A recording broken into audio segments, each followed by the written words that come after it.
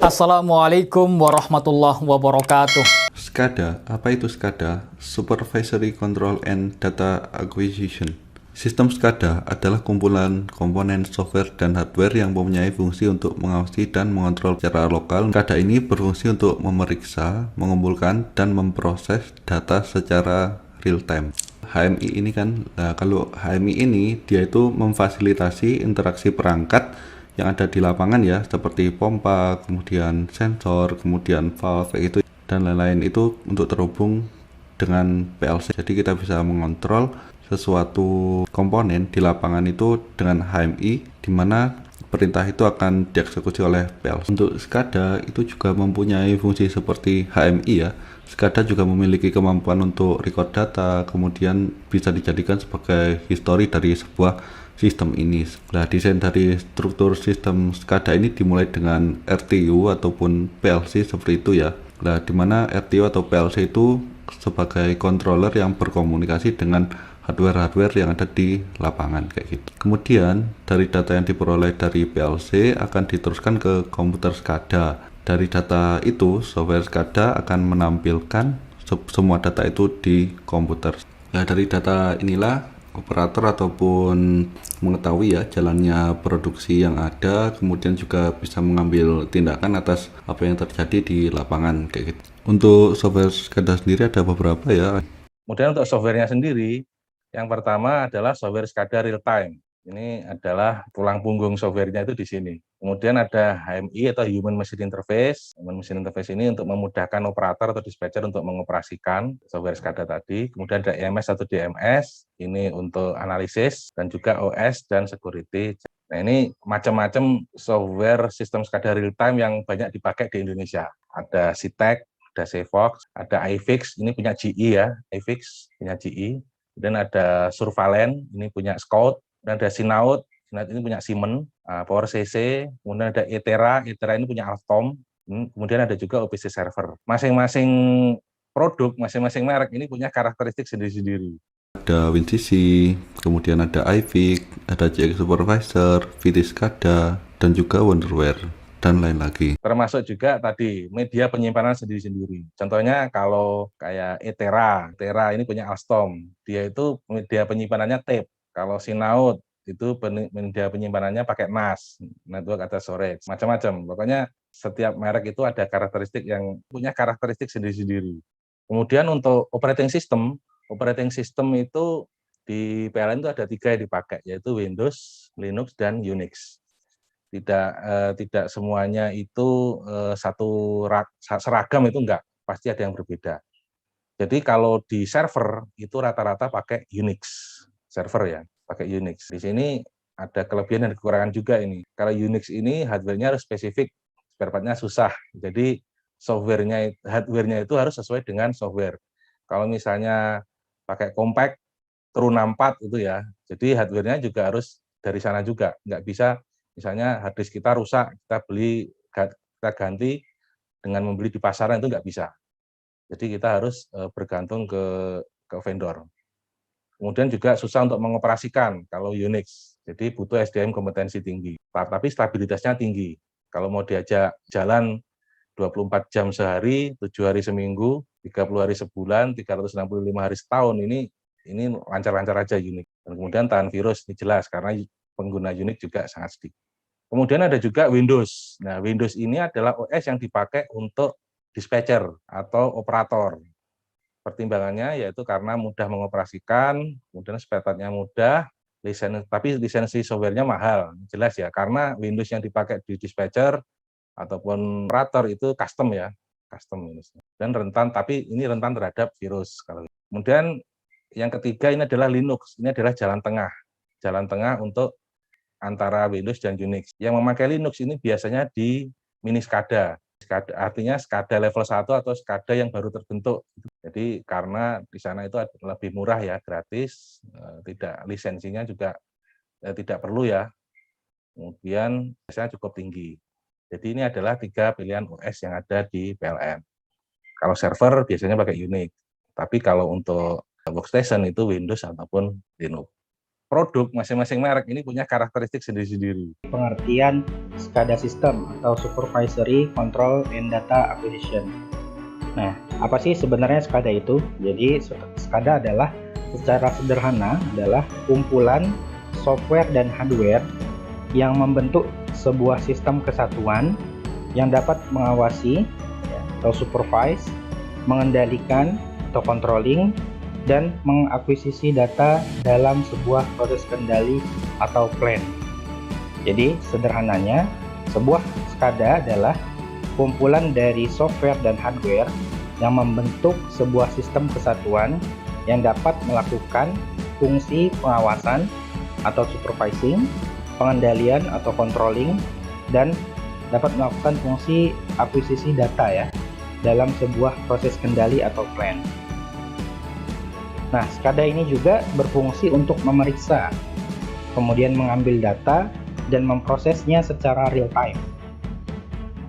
Kemudian, SCADA ini juga merupakan salah satu tools dalam otomasi industri.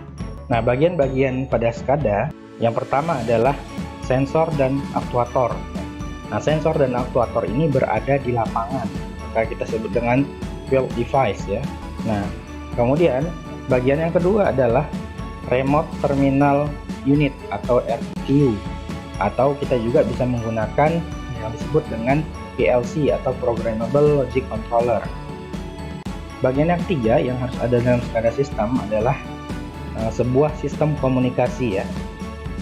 Dan yang terakhir, bagian dari SCADA system adalah Master Terminal Unit, atau biasa kita sebut juga nanti dengan Human Machine Interface. Nah, secara sederhana, struktur dari atau bagian-bagian dari SCADA system adalah seperti ini ya. Jadi di lapangan itu ada yang disebut dengan field device ya, yang berbentuk atau merupakan bagian dari sensor dan aktuator ya. Ini bisa kita lihat seperti ada valve, kemudian ada motor, ya. Kemudian ada sensor-sensor yang lain seperti flow sensor, kemudian pressure, ya, kemudian level, dan lain sebagainya. Nah, ini disebut dengan field device ya, atau bagian pertama dari SCADA, yaitu sensor dan aktuator yang ini ya.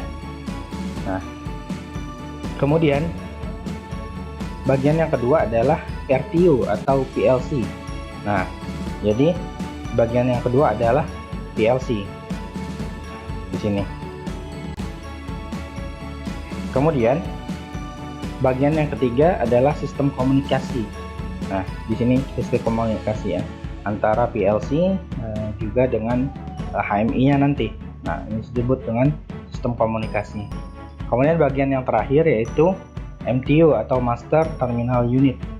Nah, Master Terminal Unit ini juga bisa kita sebut dengan Human Machine Interface, di mana penempatan Human Machine Interface itu biasanya terdapat di control room ya. Dia akan menampilkan indikator yang berada di lapangan seperti level tangki, kemudian terbuka atau tertutupnya valve, hidup atau matinya motor, dan lain sebagainya. Nah, kita akan coba bahas. Jadi field device ini yang merupakan beberapa sensor seperti flow sensor, kemudian pressure, level, dan lain sebagainya, itu akan mengirimkan datanya berupa digital atau analog kepada PLC. Nah, kemudian PLC ini akan menerima data yang dikirim oleh transmitter berupa data digital atau analog, diterima oleh modul input pada PLC. Kemudian PLC akan memprosesnya sesuai dengan logika program yang sudah kita download ke PLC tersebut. Nah, kemudian data-data tadi itu akan ditampilkan oleh HMI atau Human Machine Interface melalui sebuah sistem komunikasi antara PLC dengan si HMI. Nah, sistem komunikasinya ini macam-macam, ada serial ya, yaitu RS232, juga ada RS485, kemudian ada juga sistem komunikasi wireless dan lain sebagainya ya. Data tersebut, komunikasi tersebut akan dilakukan melalui komunikasi serial RS232, 485, atau juga melalui sistem komunikasi wireless dan lain-lain. Nah, data tersebut ya, data yang sudah diambil tadi kemudian akan ditampilkan oleh human machine interface ke dalam sebuah bentuk display ya, baik itu berupa PNID seperti ini ya, atau juga bisa dalam status bar atau juga bisa dalam status grafik ya, tergantung kebutuhan dan permintaan dari seorang user yang akan menggunakan sistem SCADA ini. Kemudian kita akan coba membahas mengenai fungsi si HMI. Jadi HMI ini fungsi pertamanya akan memonitoring ya, seperti di gambar ini dia akan monitoring. Contohnya di field device ini apa yang sedang terjadi, misalkan valve terbuka atau tertutup ya. Seperti kita lihat di sini saat si valve ini berwarna hijau artinya dia membuka valve. Ketika dia berwarna merah dia artinya valve dalam keadaan menutup. Kemudian di situ juga kita bisa melihat level dari sebuah tangki ya. Nah ini akan dimonitoring secara real time. Kemudian kita juga bisa melihat temperatur dalam derajat Celcius 23, sekian. Nah, fungsi yang pertama adalah dia memonitoring keadaan real di lapangan tanpa seorang operator atau engineer itu melihat secara langsung ke device, ke field device ya. Tapi dia bisa melihat dari status-status yang muncul dari human machine interface. Nah, itu dia merupakan fungsi monitoring. Kemudian fungsi yang kedua adalah dia dapat menyeting ya, terutama untuk set value. Nah, misalkan begini, sebuah tangki memiliki set value di ketinggian 9 meter misalkan. Nah, ketika 9 meter motor unloading akan hidup. Nah, 9 meter itu yang disebut dengan set value ya.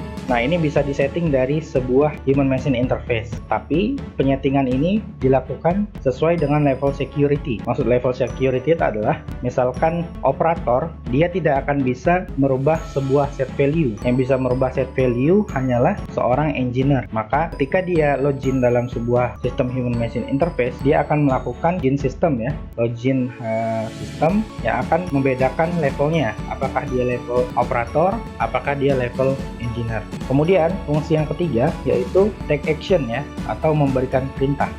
Jadi HMI ini dapat memberikan perintah dengan mengkliknya di status atau di icon pada human machine interface. Misalkan si engineer ingin membuka atau menutup valve ya. Nah, itu bisa dilakukan dari human machine interface. Nah, ini juga take action ini biasanya harus menggunakan level security sama dengan men-setting atau set value ini ya, men-setting set value. Begitupun dalam fungsi take action itu diperlukan level security. Kemudian fungsi yang keempat yaitu memberikan alarm, history atau summary. Nah, jadi ketika misalkan di tangki itu ada yang disebut dengan ada standarnya, ada 4 ya. Yang paling bawah itu, posisi paling bawah disebut dengan low, kemudian di atasnya low, di atasnya lagi nanti high, dan yang paling atas itu disebut dengan high. Nah, alarm ini bisa kita setting ketika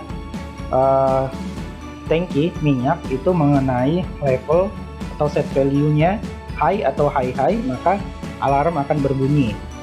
Itu juga akan terekam dalam fungsi si HMI. Kita bisa melihat di mana yang dalam kondisi alarm. Kemudian yang selanjutnya yaitu fungsi HMI sebagai trending ya, baik itu history ataupun real time. Nah, jadi misalkan seperti ini, kita mau melihat status tekanan ya di sini dalam bar. Nah, ini akan diubah ya. Ini kan perubahannya per misalkan 1 detik atau 2 detik. Nah, itu akan bisa diubah oleh si HMI dalam bentuk trending. Nah, trending ini akan diperlukan oleh beberapa perusahaan atau user untuk melihat bagaimana trendingnya. Apakah ini misalkan mengalami kerusakan atau seperti apa, itu bisa dilihat dari trendingnya, baik history ataupun real time ya. Seperti yang kita lihat ini ya, real time ya, bisa kita klik, biasanya nanti ada fiturnya, kita klik, nah dia akan muncul sebuah trending. Kemudian fungsi HMI yang lain masih ada beberapa yang belum saya cantumkan. Mungkin di lain kesempatan kita akan membahas lebih dalam lagi mengenai komponen-komponen dari SCADA system, baik dari sensor-sensor, kemudian controller ya, PLC-nya, sampai nanti kita juga membahas ke human machine interface, bagaimana membuat sebuah human machine interface. Terima kasih. Wassalamualaikum warahmatullahi wabarakatuh.